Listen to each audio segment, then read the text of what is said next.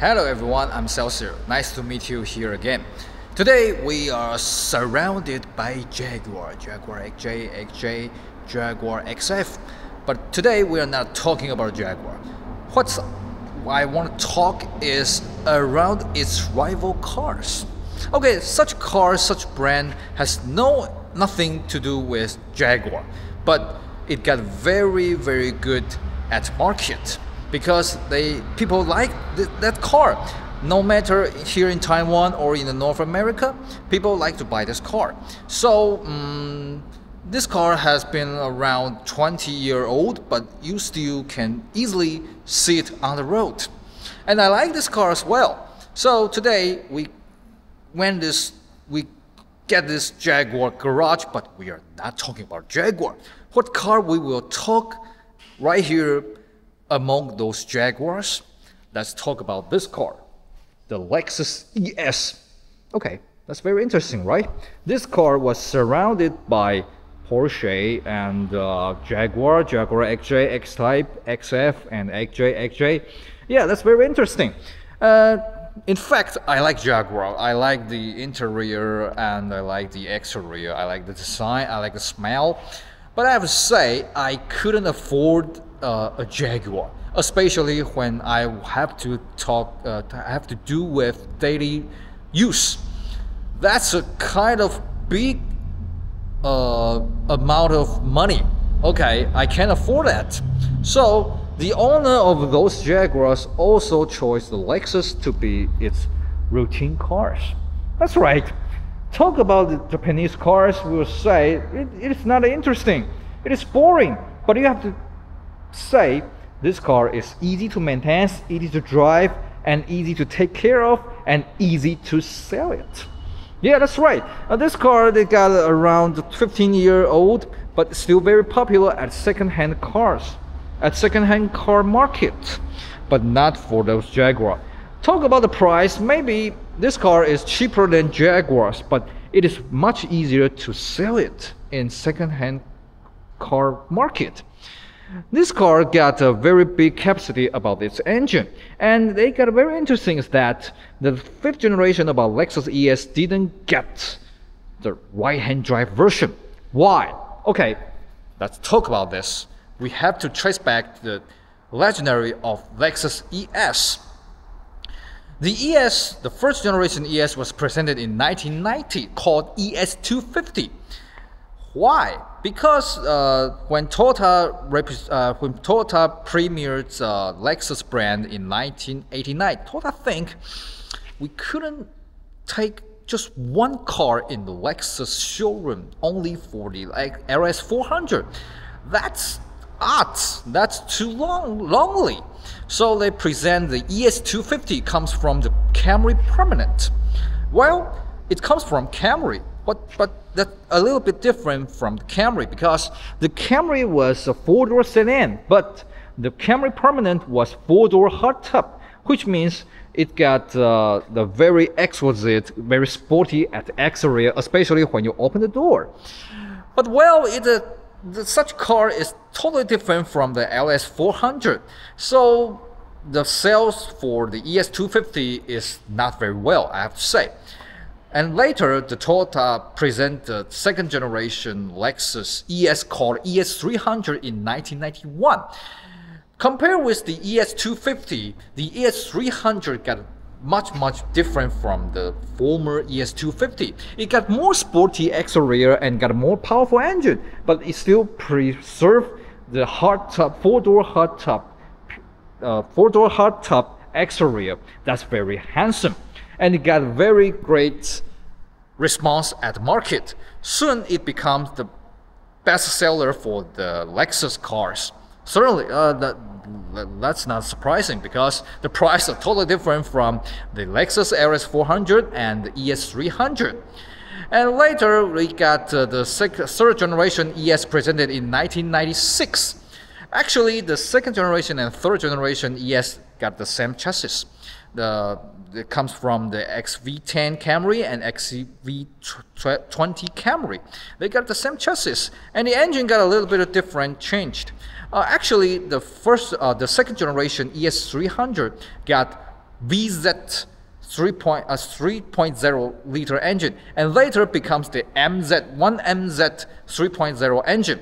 And talk about the third generation ES300, it also uses the 1MZ engine and still use it till the last. Later we got a fourth generation ES presented in 2001 called ES330, and it got still very big change at exterior and interior and the chassis. The fourth generation Lexus ES got a full model change, no matter exterior, interior, and engine and transmission. It got 3.3 GR system engine and with the 5-speed automatic transmission, and it got a very big exterior and interior as well. Because since the fourth generation ES, they got the Avalon chassis, but not for the third generation or second generation uses the Camry platform. So they got a bigger exterior and the interior and become more and more popular in North America and in the Middle East. But well, why the fifth generation didn't get right-hand drive version, especially for the Japanese market? That's very interesting. Because people don't buy it in Japan. Why? Okay, the American would like to buy the FF flagship cars or family sedan. That's no problem. Because since 1980s, the GM or Ford or Chrysler turns their FR big sedan become FF big sedan. And no matter the family sedan or flagship sedan such like a Cadillac Fleetwood, Cadillac Brougham, or the Buick Electra, they all turn to the FF segment, and people accept that.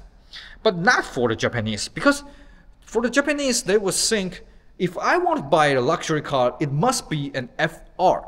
It must be FR. Okay? So when Honda present the Honda Legend in 1985, or the Mitsubishi present the first generation Mitsubishi Diamante in around 1986, okay, they got the bubble economy in Japan, but not very popular for those cars in Japan as well. After the bubble economy in 1990s, such FF big sedan is not popular in Japan. For example, we got the Lexus ES in Japan called Toyota Wyndham, and also they got Toyota Avalon first generation and second generation, but not popular at all, I have to say. And when fourth generation Lexus ES presented in 2001, Toyota also presented the third generation Toyota Wyndham, and Toyota said the third generation Toyota Wyndham is the same as the Lexus ES330, because before it, the first generation Toyota Wyndham and second generation Toyota Wyndham got 2.5 liter engine exclusive for the Japanese market, but it's not popular. So Toyota think maybe we should get the same as well as Lexus did. So the fourth generation ES330 got the same as the third generation Toyota Wyndham. There's only difference that right-hand drive and left-hand drive, but it's valued. People don't like to buy that because it is too big, but people would like to buy a big car with luxury with FR. And talk about the big sedan, the Toyota got many choice. For example, they got a Crown, they got a Crown Majesta, they got a Toyota Mark X, they got a Camry, and they got Lexus GS. Especially after the Lexus went back to the Japan market in September 2005. So Toyota think if we present the Lexus ES fifth generation back to the Japan market, people won't buy it. So they decide, don't take it back to the Japan market. But why they give up the whole right-hand drive market? That's very simple. Because it is teeny. According to the record shows, in the worldwide, the right-hand drive market just got 15% at all worldwide car market. So there are many cars didn't shown as the right-hand drive cars. But people would think that's people especially live right here for the right-hand drive country. They will think, oh, we would like to buy something right-hand drive because such like a Nissan Skyline R32, R33, R34. But actually, people who live in Australia, they just can buy right-hand drive. They are more eager to buy left-hand drive cars. For example, the latest American cars may be just Mustang. Except the Mustang, there's no any American cars got right-hand drive.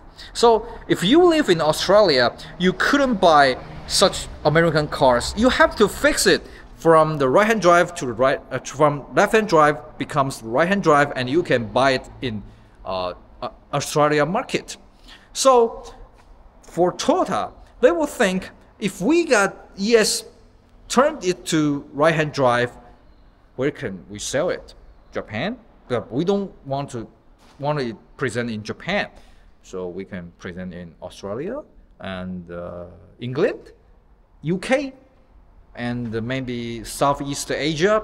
But they think that's not a big deal, so they give up to take this generation turn into the right-hand drive cars. So there's no right-hand drive ES 5th generation.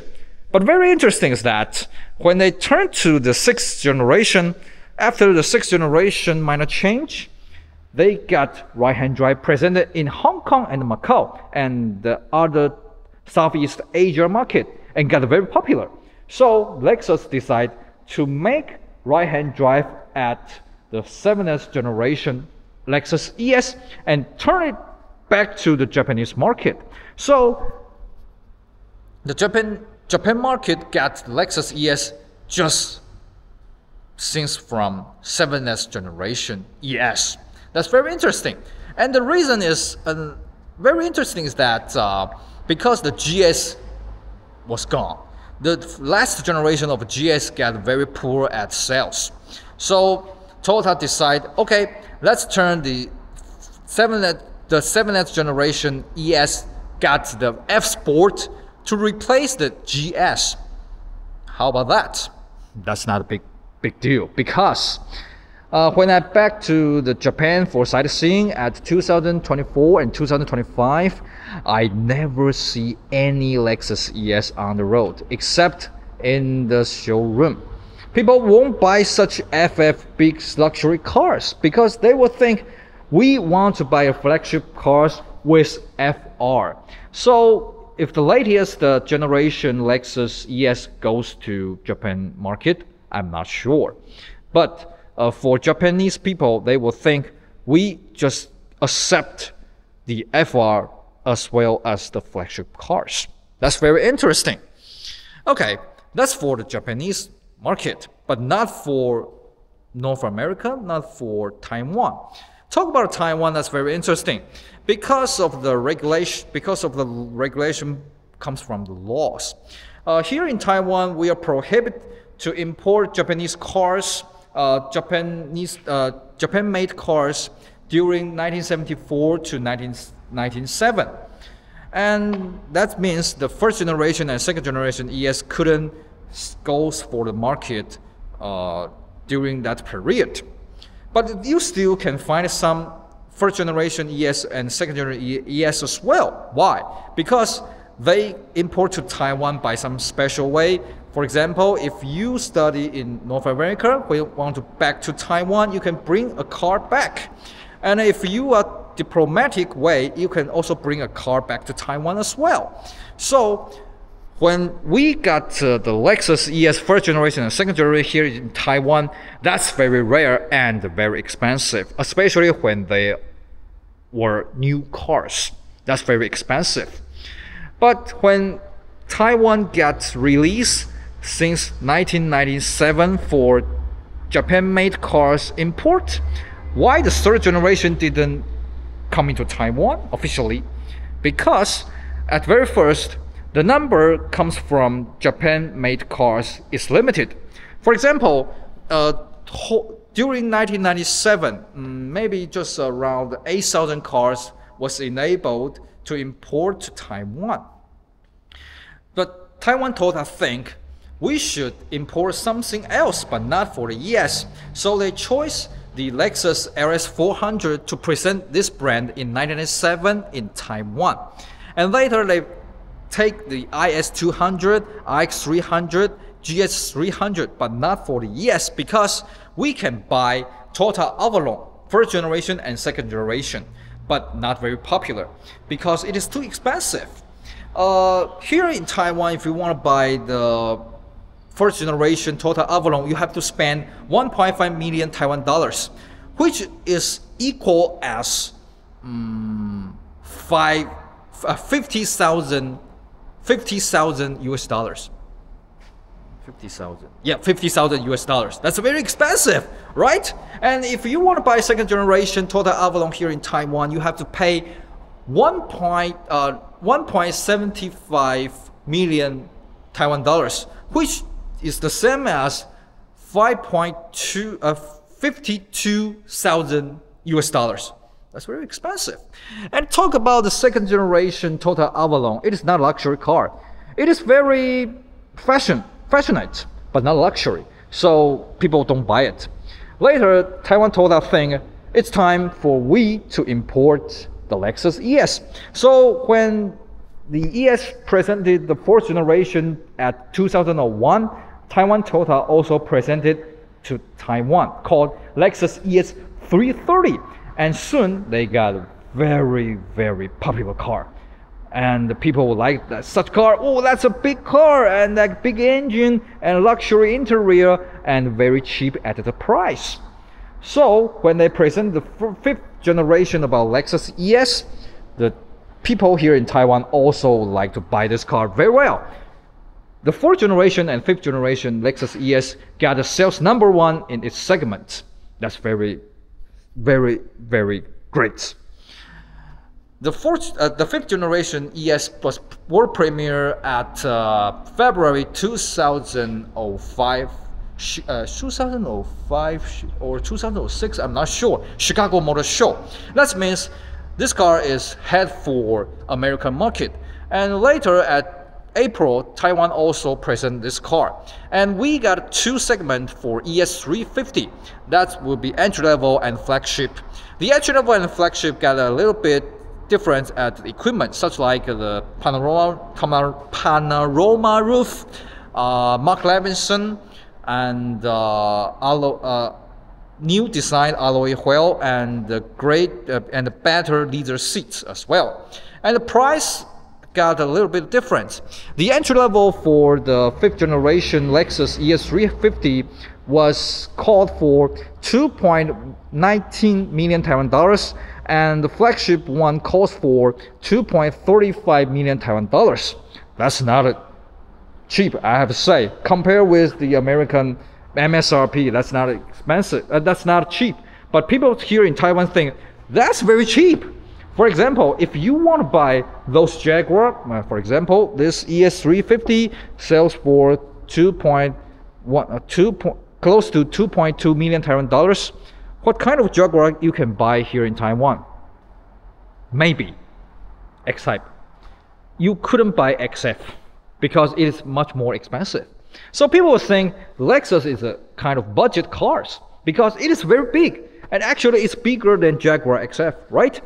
The segment, the dimension of Lexus ES is close to Jaguar XJ. Certainly they got a different segment, but people were saying this car is cheap and big and got very great at interior and very easy to maintain and very good at quality. So this car got very good selling when they presented in Taiwan. And now we see this car is minor change model.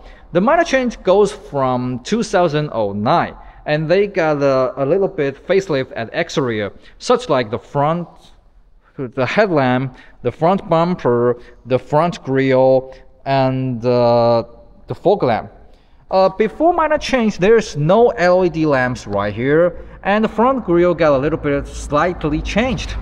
Before minor change, we got 5 spoke right here and very, very teeny. After minor change, we got 4 spoke with a little bit a little bit stronger right here. And later we got different bumper design with the fog lamp design. At the side, there are 2 things changed. Before minor change, there's no LED ignition lamp right here built in the back mirror, and there's no such chrome decoration at the side. There's no such design right here. At the tail, they got minor change for the tail lamps. And before minor change, there's no L shape like this one. No. After minor change, they got an L shape like this one. And you can see, no matter the front lamp and the back lamp, they are just similar with Lexus ES350, right? And there's a little bit slightly change for the chrome decoration and a little bit change for the back bumper. And that's another interesting is for the pipes. Compared with the 4th generation ES, the 5th generation ES got a redesigned exhaust pipe. If you ever look about the 4th generation about ES or XV30 Camry, at the back when you drive the car, you always think, what's going on with its pipe? The pipe is close to the ground. That's why, because they want to get the temperature, because the temperature of the pipe is very hot, so they have to lower down the pipe to avoid the temperature was higher right here. But they redesigned the exhaust pipe design for the 5th generation Lexus ES, so they can prevent the problem about the temperature right here, so they can get a closely flat floor at the back seat. That's very interesting. And the engine is all new 2GR-FE. They present the 292 brake horsepower at very first, and after the minor change, they present the 277 brake horsepower, and they also go with the 6-speed automatic transmission box. And later, after the minor change at 2009, in 2010, they also present the ES330 for the Southeast Asia market, and got very popular, especially at the China mainland and Macau and Hong Kong.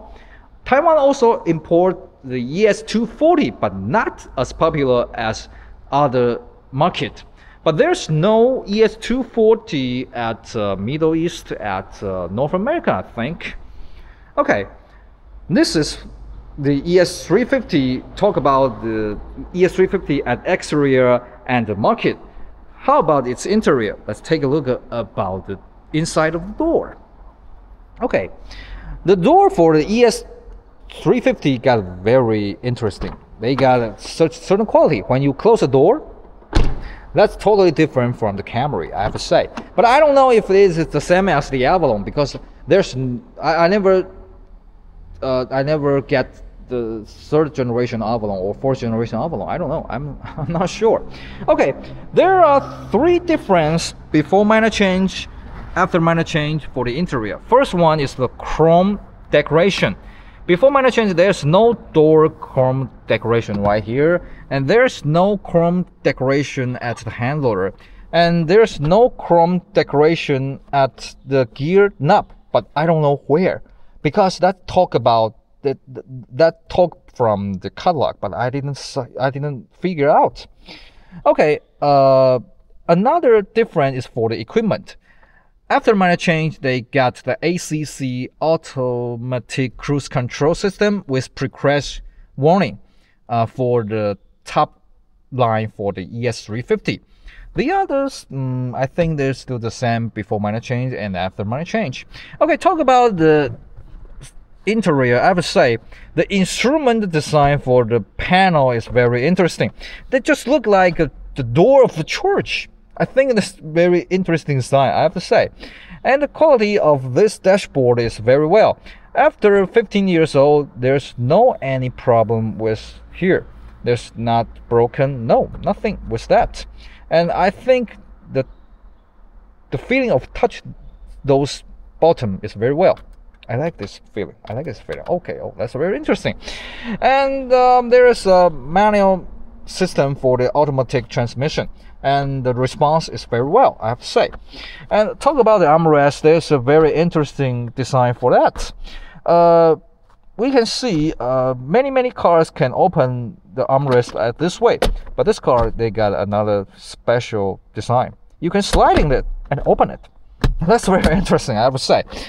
And the engine of this car, they got 3.52 GR engine, and I like this engine because the sound just silky. I like this one.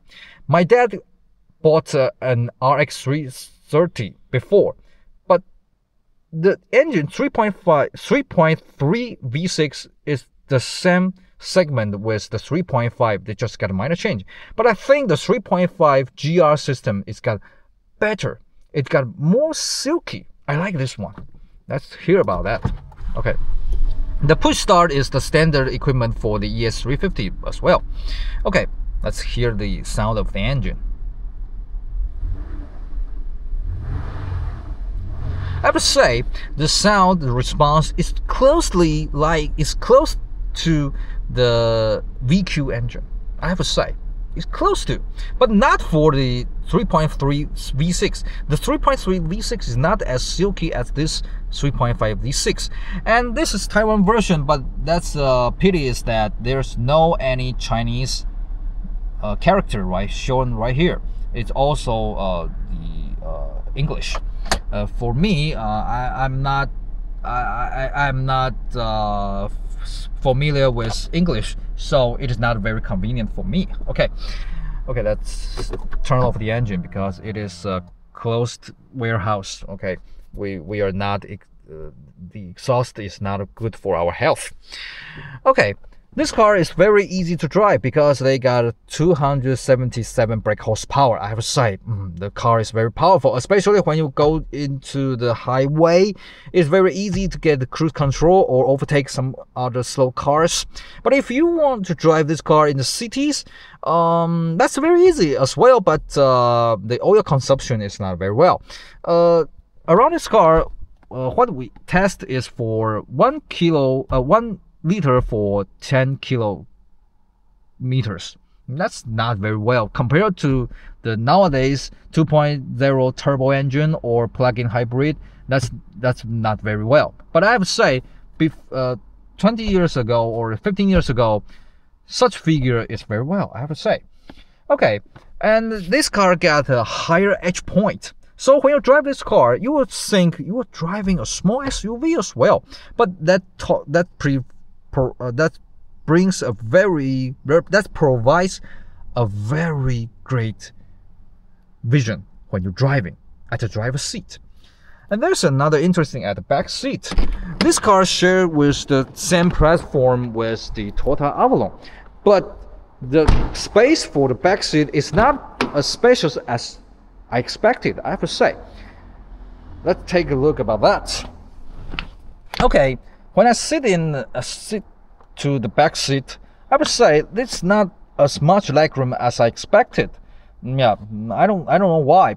And another problem is this car got a coupe-like A pillar, B pillar, and C pillar. Okay, they got a very great at CD. They got 0.28 CD, but that's a problem for the headroom, especially after minor change. The Taiwan version ES350 got panorama roof for the standard equipment, so there is not much headroom for me sitting in the back seat, especially when I want to get out. I have to it's very easy for me to hit my head. That's very pity. And there are not many equipment at the back seat. We can see there is air condition right here, but there's no any operation system, no. And we got a very big armrest, and when you open it, there is a box and there are 2 cup holders and nothing else. Maybe we just got the reading lamp right here, nothing else. That's not very interesting when you see that back seat. And there's another problem is that when I sit on the back seat, when it goes to the highway, I hear a lot of noise comes from the tire. I have to say the NVH for this car is very good, but not for the tire noise.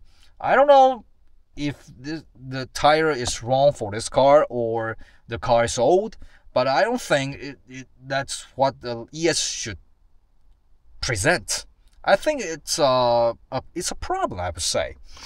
Okay, and this car here in Taiwan, we call it an executive car. Actually, this car we presented is former big company cars for manager. But maybe people would hard to believe that this car is used for the manager car in North America. But here in Taiwan, it is very popular for the company, for the manager, maybe for the people on the board. That's very interesting, right? Okay, this car got very good at quality, and after 15 years, this car is still driving like a new car.